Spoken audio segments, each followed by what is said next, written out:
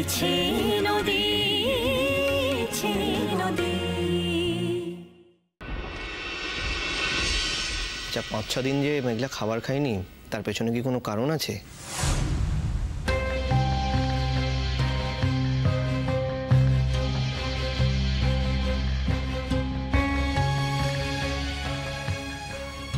না, ওই তো বললাম তো। হ্যাঁ, সেটা আমি বুঝতে পেরেছি যে ওর খাওয়া দাওয়া নিয়ে একটা সমস্যা আছে, কিন্তু তা বলে 5-6 দিন কিছু না খেয়ে উপোস করে থাকা, এটা একটা কিরম ব্যাপার, তাই না?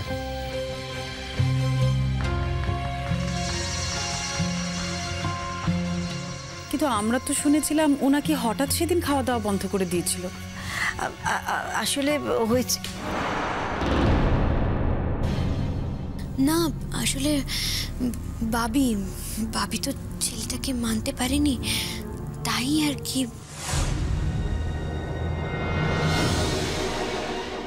কি বলবে মা? এই কথাটা বলে চেপে যাওয়া ভালো নয় কি? তুমি কি এখন এটা বলবে যে অনুরাগের জন্য খাওয়া দাওয়া বন্ধ করে দিয়েছে? সেটা অনেক লজ্জার হবে নাকি? চুপ।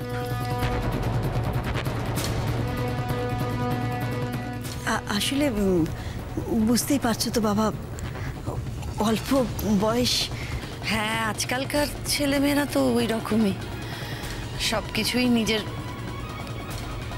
মনের মতো, নিজের ইচ্ছে মতো না হলে একেবারে বিগড়ে যায়। কি আর করা যাবে বলুন? ছেলে মেয়ে যদি ভালো হয় তাহলে তো সব কিছুই মেনে নিতে হয়। অদ্রিজা ওর মায়ের কানে কানে কিছু একটা বলছিল। কি বললো? ওকা মা, অনেক রাত হয়ে যাচ্ছে তো, দিদিকে এবার খেতে দিয়ে দাও। এই যাচ্ছে। কত রাত করবে বলো তো মেয়েটা? না মানে তুমি খাবে না? সবাই আন্টি, আমার আর বুম্বার না একটা ইনভিটেশন ছিল, তাই আমাদের ডিনার হয়ে গেছে। এই পিকলু, দাঁড়িয়ে আছিস যে, বড় জানো ওকে নিয়ে খেতে বসে পড়। আর আমাদের এই যে মিষ্টি রানী, ইনি তো এবার প্রত্যেক দিন রাত 8টার মধ্যে ডিনারটা সেরে নেন। মোটা হওয়ার ভয় জানেন। না না, বেশ করো, খুব ভালো করো। আমি তো সবসময় বলি রাতের খাওয়া দাওয়াটা না যত তাড়াতাড়ি সম্ভব সেরে ফেলা উচিত, কিন্তু এরা আমার কথা শুনলে তো, যত রাত বাড়ে এরা তত অ্যাক্টিভ হয়ে যায়। আর আমার বড় মেয়ে তো বরাবরের, ও রাত্রি জেগেই পড়াশোনা করে।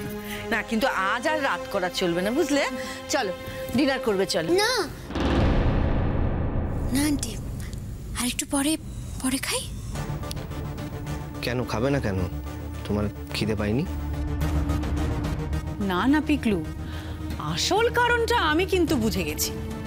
তাতান ফিরলে তারপর তিতি খাবে।